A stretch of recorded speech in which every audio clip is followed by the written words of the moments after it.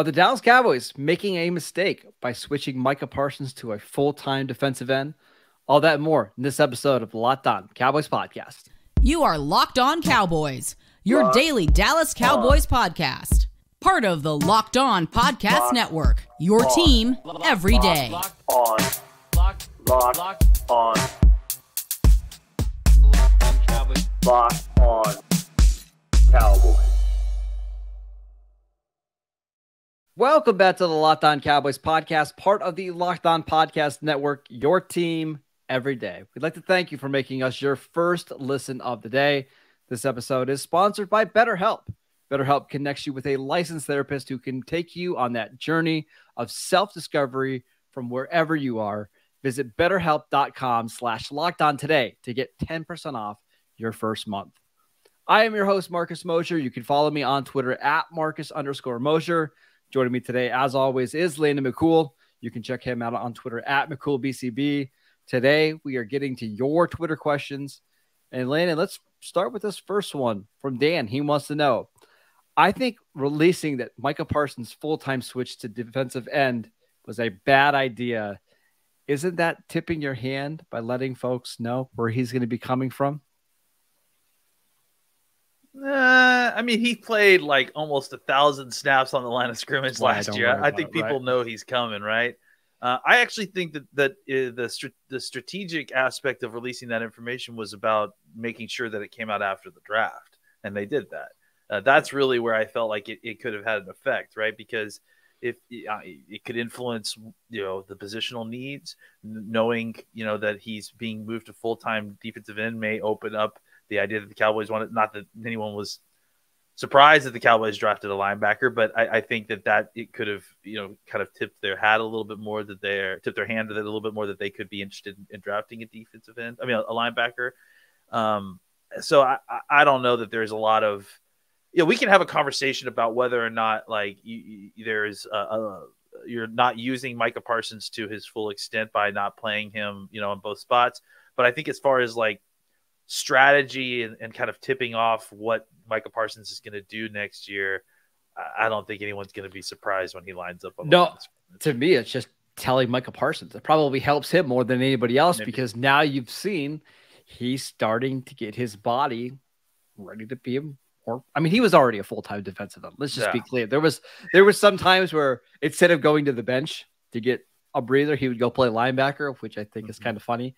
But they're just trying to get his body so he can handle 1,000 snaps on the edge this year. I think that's all it is, honestly. Yeah, I don't, I think there are times when we can kind of overstate the advantages that certain amount of information release can provide teams. This is not something that anyone's going to be like. There's no offensive coordinator who's reading this in the paper and going, "What? They moved him to defensive end." Yeah, they know that you should be out of a job. Yeah, exactly. They know Micah Parsons is coming. So yeah. I agree. So it's really not a big deal at all. I think with him, he even said he's going to try to be like at 245, 250. Yeah. He's not planning on, putting on 20 pounds of muscle to bulk up. He just wants to be a little bit heavier to hold up against the run and to stay a little healthier. I get it. I think it makes total sense.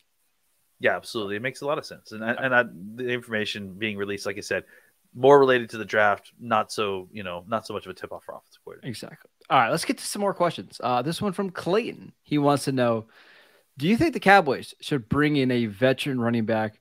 With Tony Pollard coming off an injury, it does seem like the thinnest position on the roster.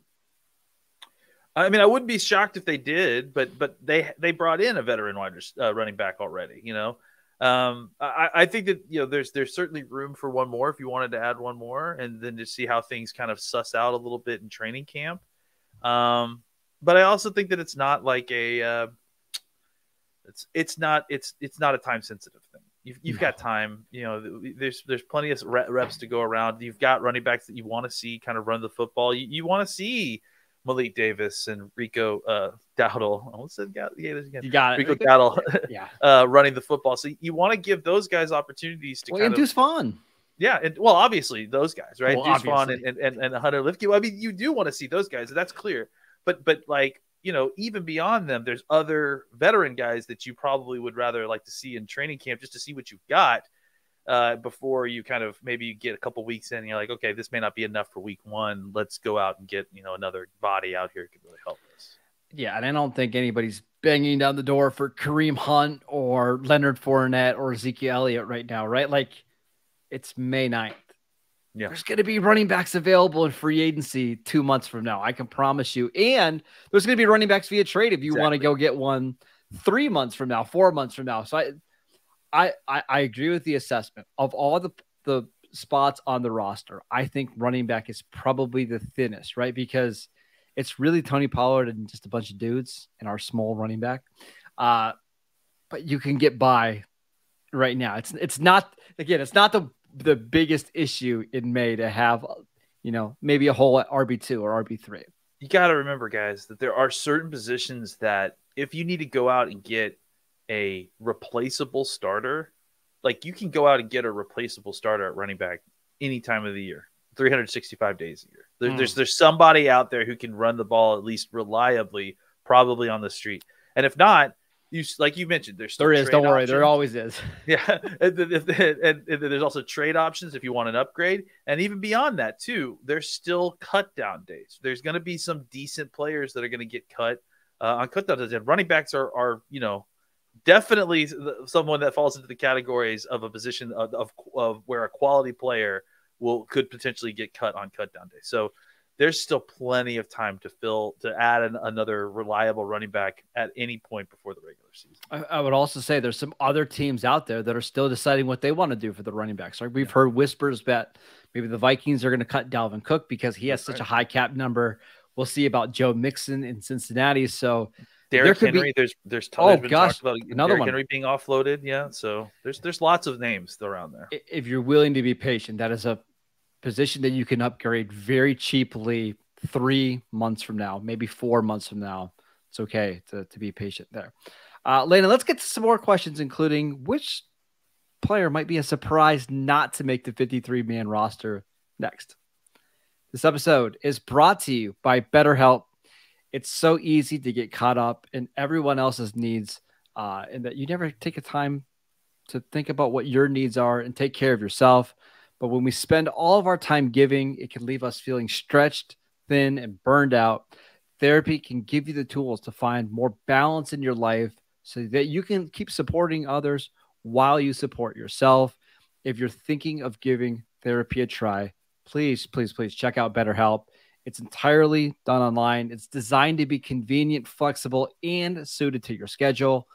All you have to do is fill out a brief questionnaire to get matched with a licensed therapist, and you can switch therapists at any time for any reason with no additional charge. Find more balance with BetterHelp. Visit BetterHelp.com/lockedon today to get 10% off your first month. That is BetterHelp, HELP.com/lockedon.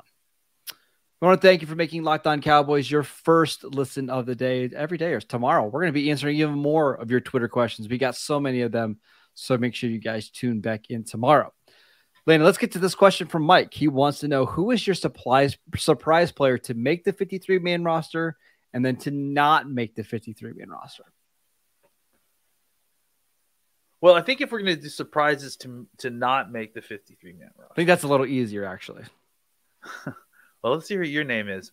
Mine would be Kelvin Joseph. That was the second name I was thinking of, so go ahead. I think that, there is a chance that if we just don't see very much improvement coming into training camp, that the Cowboys look at their depth chart, despite the fact that they don't have, incredible depth at the position. They have pretty good depth. There is a chance that they look at it and say, is this roster spot really worth it? Kelvin Joseph, is going to be paid a pretty decent amount of money. He's a second-round pick in his third year. And so if he's not playing, or if you don't feel confident that he's ever going to get to a spot where he can play on defense, you've got some guys down roster, including some younger guys that you want to see and you want to develop. If one of them pops during training camp, and you can make up the special team snaps, because that's honestly what you're having to make up with Kelvin Joseph at this point. Yeah. Then I think that's a really cool one. I wouldn't be shocked if he got cut, just because you just haven't seen the improvement that you need to see from him yet. Okay, I agree. I think I think he's a 50-50 shot to make the roster right now, right? Especially when you're considering that he's going to be there. He's fighting for the 5th cornerback job. Yeah. I mean, that's a tough one. I got 2 guys. I have a somewhat hot take one and a really hot take one. Which one do you want first? Let's start. Let's build up to it. Okay. Let's same draft. 2022, I guess it's 2021 draft. Jabril Cox, right? We're going into year 3 now with Jabril Cox. They just drafted a linebacker in round 3.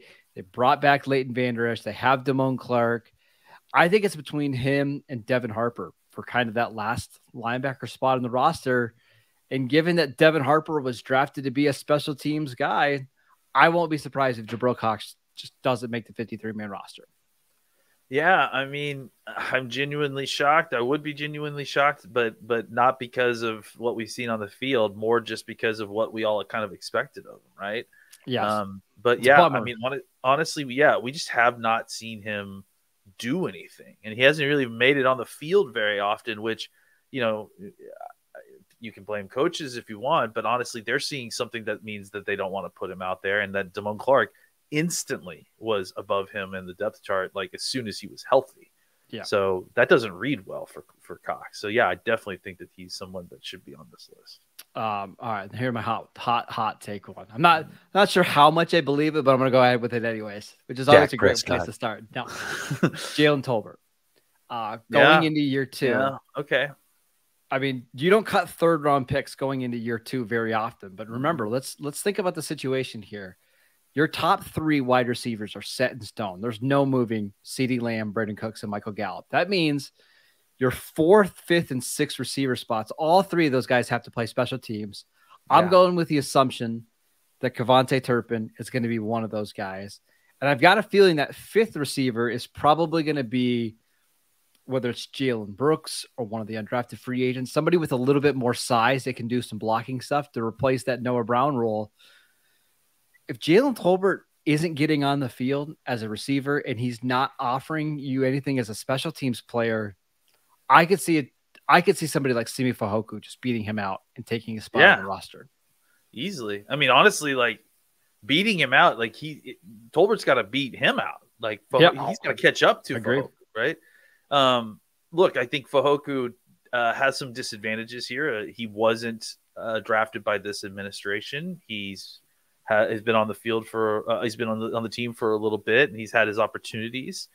But I also think that Tolbert hasn't shown us anything, and because he can't play special teams for all these things that we've talked about a lot when it comes to game day roster construction, he's not been able to get on the field. If that continues into next year, and Tolbert can't offer you anything as a receiver that Simi Fehoko can, there's no way he's beating him out, because you need that. You need those guys, those down roster guys, to, if they're not going to play on the field or bring something, extra that's worthy of rostering you, then they're definitely going to roster the guy that plays special teams, that gives them something, in the other dimension of the game. So he's in a tough spot where it's a huge year for him. Right. Yeah, he really, really needs to show something as a receiver, or which I think it seems like a less likely path and kind of more perilous.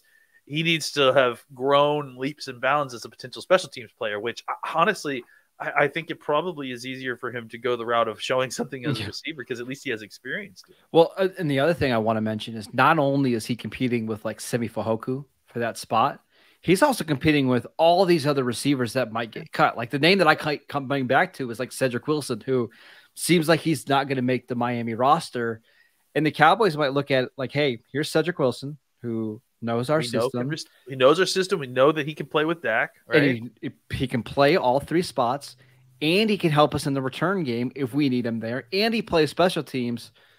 Okay, Tolbert, you have to be dramatically better as a receiver to beat out somebody like Cedric Wilson as a free agent, because if we can switch out those guys, we might do it just to get a little bit better at that number 4 receiver spot. So I think Tolbert will make the roster, but I could see a path where he's not on the 53. Oh, definitely. I mean, I think it's certainly it's in the cards that if he can't find a way to impress as a wide receiver, I mean, he's not going to be a better special teams player than Fajoku is this year. I mean, Well, it I doesn't have a have the really hard, athleticism that yeah, Fajoku does anyways. yeah. He just doesn't have the body. Fajoku's a bigger body. Too. That's the other thing. So, yeah, I just think that it's kind of a perilous path for Tolbert right now. He needs to come out and show something as a receiver, and if he doesn't have the problem is he doesn't have a ton of paths to making the team if he doesn't come out and show as a receiver. Fajoku has a lot more of those paths. I also want to mention 3 other players that could factors in this. Number 1, Dennis Houston, who, by the way, started week 1 for this team, made the team as an undrafted free agent, right? Like they clearly like him at least a little bit. Dontario Drummond, who was on the undrafted or who was on the practice squad all year, who we talked about last year, a slot receiver from Ole Miss. And then the last guy, Antonio Callaway. Now, you might remember Antonio Callaway, who was drafted by the Browns, I think, in round 4. Yeah, it was Browns. 3 or 4 years ago. Mm-hmm. He was on the practice squad all year long. And if you know anything about Callaway, he's bounced around not only colleges, but NFL teams because off the field stuff. Yep. The fact that the Cowboys held on to him so long makes me think that they believe he might be able to contribute down the line. And he just has some game-breaking speed and athleticism that Tolbert doesn't have. And again, if you're holding on to him this long, maybe there's a chance that one of those guys, and maybe Callaway, could be your number 4 receiver this year. Yeah, I mean, Callaway is a guy with a lot of talent that just had a lot of issues as well. And there's a reason that, if you don't have talent, you don't bounce around. Yeah. Like no one keeps giving you chances over and over again unless you have talent. So there's something there. I think clearly the Cowboys have had a history of giving their undrafted down roster wide receivers opportunities. So that's not going to change this year. Tolbert's in a tough spot because he's facing pressure in all directions, and he has the fewest tools to avail himself to try to make that spot, right? Like Fajoku has a spectrum where he can make it as a wide receiver. He has a spectrum he can make it as the wide receiver special teams guy. All these other guys probably have that as well. It's really just Tolbert, who came to football late, doesn't know like some of the more fundamentally stuff of football that kind of helps when you're trying to play special teams. And so all he knows is wide receiver. He could, kind of diversify his time to try to learn another position. But honestly, I think his best bet is to just focus on being as best a wide receiver he can. Hope that you can be an inch and a half better than Simi Fajoku as a wide receiver to kind of take that spot. And then hope that you're good enough to kind of make the Cowboys make you part of their game day, playbook plan, and then maybe get a couple catches a game or something like that. And just to answer the first part of that question, a surprise guy in the roster, I'll go TJ Bass. This is a little bit of my guy. Oh, come on. Let's not spoil it. Then we're going to be doing a show at some point, maybe later this week, early next week, on some more of the undrafted free agent signings. If you get some time over the next few days, take a look at TJ Bass, I think a guard in the NFL from Oregon. Definitely. Yeah. That's got some traits that we both like. Landon, let's answer one more question when we get back. All right, let's answer this one from Drew. He wants to know if you could guarantee that one of these later round rookies could make an impact for the Cowboys this season, which one would be the most helpful? So we're talking Eric Scott, Asim Richards, Fajoku, Junior Fajoku from San Jose State. Is there any one of those guys that you think could maybe be the Deron Bland from this year? Asim Richards. I mean, if you were able to get a guy who could come in and play meaningful snaps for you at guard and not get you killed, that would be pretty huge, especially where you got him. I mean, I think the one thing I will say about this draft is I wish I felt better about the offensive line situation walking out of it. And part of that is that we don't really we have no concept for what, Adoba is, and some of these guys are. So, we'll learn a little bit more about that once we get into training camp. But I mean, if you're asking me to just pick one down roster guy that I feel like just to hit on that would make me feel good about the situation, Asim Richards being a hit at guard would really be nice. Mine's Deuce Vaughn, and I can't believe you didn't pick him, right? Because listen, I got a podcast partner. I can't steal all this stuff for him. I got to account for him. If Deuce Vaughn can be that guy that you give 10 touches to a game, right? Like that, maybe it's 7 carries and 3 catches, but somebody that could just take a little bit of the pressure off Tony Pollard and give you some juice on your offense, and you just don't feel like you can't afford to take Pollard off the field because you lose all your speed. Man, that would be a nice little asset to have on your offense. I didn't mean to make the terrible pun little, but I just think if you could get a nice complimentary running back in the 6th round that gives you some juice, it could be the difference in this team, winning 10 games or winning 12 games. Yeah, it would make more than just a small difference. I would say that if he could come out. I'm sorry. No, I think that's a good one too. I mean, honestly, I think for as much as we kind of talk about how this felt like a draft where they were kind of filling in needs here, like some of these spots that they could potentially hit on could really kind of change the shape of this offense, especially the ones we mentioned, right? It just could look very different if you have some of these kind of younger players take that next step. Suddenly you've injected speed and dynamism that you didn't necessarily have on this offense last year. So obviously Vaughn would be a huge part of that. And I don't think it's all that unrealistic to think that Vaughn could be a big part of the offense. Let's assume there's 30 running back touches in a game. I don't even know. Do you think that's a fair amount generally for teams, right? Let's say Pollard gets 17 of those. You give 9 to Deuce Vaughn and Malik Davis gets the other 4. Like, I think Deuce Vaughn could be really effective on 9 touches a game. And I don't think you need to give him more to get your value out of him. And I think keeping Pollard kind of under that 20 touch total keeps everybody fresh. You keep his speed and last through the season. I'm really excited about what Deuce Vaughn could potentially do in this backfield. That's all. Yeah, it keeps a level of I use the word dynamism. I'll use it again to in the backfield, even when you're rotating out your starting running back, right? Like that's the thing is that you're going to get a little bit more speed in your offense simply from the fact that one of the guys that you've replaced that was kind of your lead back, you've replaced with someone who has more speed in Tony Pollard, who's going to get more of those kind of touches, the 51% of touches that Zeke was getting previously, right? Yep. And then the guy that you're having replace Pollard's touches is also equally dynamic to Pollard. Yep. So you're replacing the kind of dynamic part and then adding in just 2 of those pieces that are slightly different. So it just brings the level of speed and kind of variety up a lot for the offense. It reminds me a couple of years ago when the 49ers had like Raheem Mostert and then they brought in Elijah Mitchell off the bench. And then when those 2 guys are gassed, it's Jeff Wilson, right? As your 3rd running back. Like it's not the same caliber of speed, but there's not a lot of difference when you have to rotate those guys kind of in and out of the lineup. So we'll see what Deuce Vaughn can do as a rookie. That is it for today's show. Thank you guys for tuning in, and thank you for making Locked On Cowboys your first listen every day. Again, tomorrow on the show, we're going to be answering some more of your Twitter questions. You guys send us a bunch of questions. We're going to try to get to as many as we can. Please check out the show on YouTube, Locked On Cowboys. You can follow Landon on Twitter at McCoolBCB. I'm at Marcus_Mosher. Enjoy your day. We will see you guys right back here tomorrow.